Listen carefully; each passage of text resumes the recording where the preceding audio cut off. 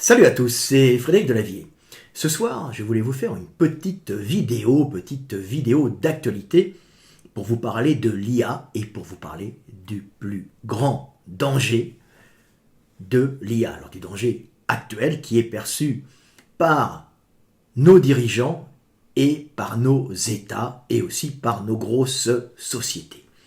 Alors l'IA est un merveilleux outil qui va permettre de faire des découvertes scientifiques fondamentales à la progression et au bien-être de l'humanité, mais il y a actuellement une angoisse terrifiante de toutes les grosses puissances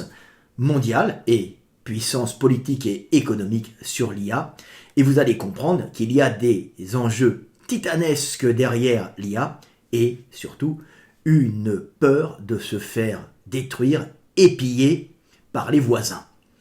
Alors, l'IA a cette capacité de donner accès à toutes les sociétés, à toutes les PME, les petites entreprises, de donner accès à une intelligence artificielle qui va permettre, en fonction des questionnements qu'on va introduire dans l'IA, de nous aiguiller et de répondre justement à ces questions en trouvant des solutions. Alors, à titre d'exemple, quand des sociétés qui travaillent par exemple sur les molécules vont questionner l'IA, qui est une base de données énorme, qui permet de faire des calculs par analogie, par comparaison, et par statistiques monstrueuses demandées par une société qui travaille sur les molécules, de trouver une molécule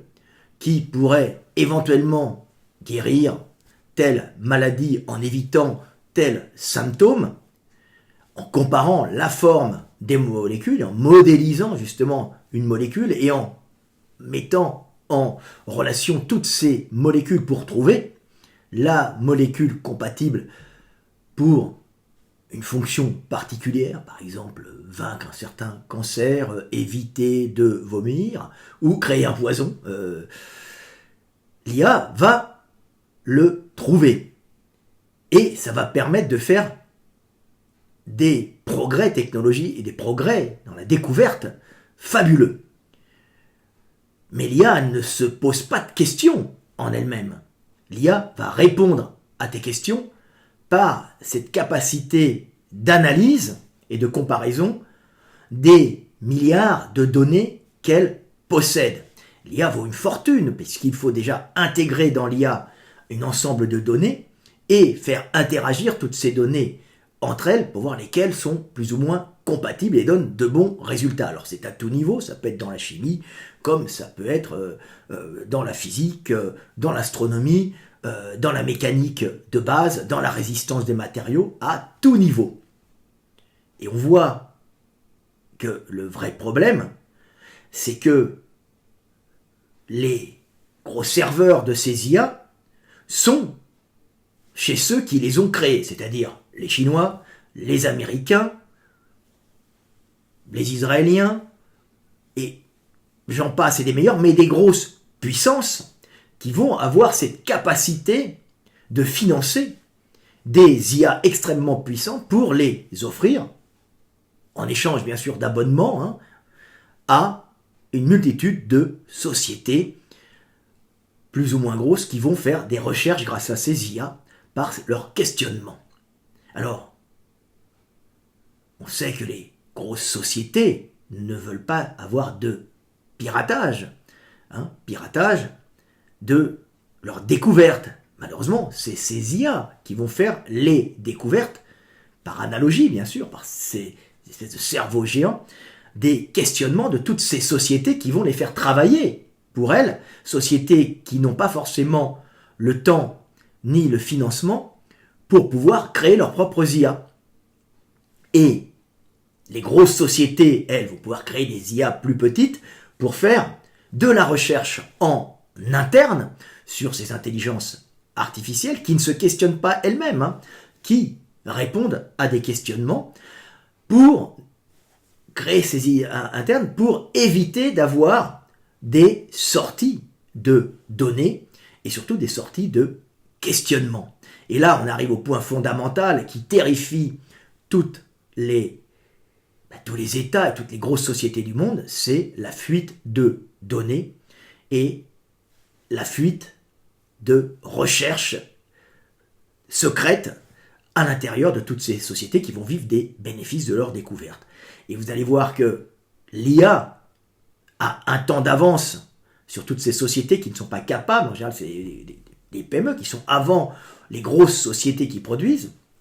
et qui, elles, ont la capacité, les grosses sociétés, les énormes sociétés, de créer leur propre IA en interne, mais il y a une multitude de sociétés qui font la richesse des États, et qui découvrent avant tout le monde, et qui vendent ensuite leurs découvertes à des sociétés plus grosses qui peuvent protéger ces découvertes et générer du profit après. Toutes ces sociétés de taille intermédiaire ou petite qui vont utiliser l'IA vont se faire pirater, non pas leurs découvertes, qui vont être faites par l'IA, mais leurs questionnements. Et on voit que le grand enjeu, c'est d'avoir son IA pour éviter de se faire pirater ses questionnements, plutôt que ses découvertes, puisque c'est l'IA qui va les découvrir, et aussi pirater et voler les questionnements des autres. Donc l'IA est créée pour avoir un temps d'avance pour répondre à des questionnements, mais aussi pour te voler tous tes questionnements, les récupérer avant toi, pour pouvoir trouver des solutions et éventuellement faire progresser l'humanité, mais celui qui se sera posé les bonnes questions ne récupérera pas les fruits de sa réflexion. C'est celui qui lui aura volé son questionnement. Et le vrai problème, c'est celui-là, c'est que l'IA, si elle découvre à ta place, elle permet aussi de te voler, par celui qui l'a créé, tout ton questionnement, pour découvrir avant toi et générer des brevets avant toi, et tu l'as bien profond. Donc c'est ça le problème, c'est l'IA qui a un coup d'avance, qui va récupérer tes interrogations pour récupérer les découvertes que tu n'as pas encore faites. Et c'est le coup d'avance de l'IA, et c'est pour ça que tous les États se battent pour avoir leur propre IA, leur propre réseau de machines, de gros processeurs, de grosses cartes graphiques qui fonctionnent et qui accumulent des données et qui mettent en relation toutes ces données, par analogie, pour ne pas se faire voler leurs idées par la concurrence étrangère. Donc, il y a une lutte entre la Chine et ses IA, l'Amérique et ses IA, qui sont des aspirateurs de questionnement permettant de découvrir avant les autres et de se maintenir comme nation économique en tête. C'est pour ça que l'Europe se bat pour avoir sa propre énorme IA qu'elle pourra louer pas trop cher, en échange d'abonnement à plein de petites PME. Alors évidemment, si c'est pour écrire des textes juridiques au sein des sociétés, des lois des sociétés ou de la gestion ou du commercial, ça ne pose pas énormément de problèmes. Le vrai problème, c'est quand tu utilises ces IA pour faire de la découverte scientifique et industrielle. Et si tu n'as pas assez de puissance financière pour créer ta propre IA en interne qui ne fera pas sortir de données et qui n'enverra pas sur des serveurs étrangers, tu peux l'avoir dans le cul en te faisant piller, non pas, comme je vous l'ai dit, vos découvertes, faites par vos questionnements, mais vous faire piller vos questionnements avant même d'avoir fait la découverte. Parce que le plus important dans la vie, c'est pas la découverte en elle-même, c'est le questionnement qui mène à la découverte, et ça, c'est le propre de l'homme, et pas celle de l'IA. C'était Fred Delavier, je vous aime, et paix sur terre mes frères. Voilà ce qu'ils ne vous disent pas. Mais l'IA est fondamentale, vous allez voir, on va pouvoir guérir de nombreux cancers, gérer et construire de magnifiques machines en tout genre pour aider l'humanité, aider les hommes à mieux vivre. Mais pour le moment, nous sommes dans le règne du pillage économique d'idées et surtout de questionnement. Ce qui est nouveau. C'était Fred Delavier, je vous aime et paix sur terre mes frères.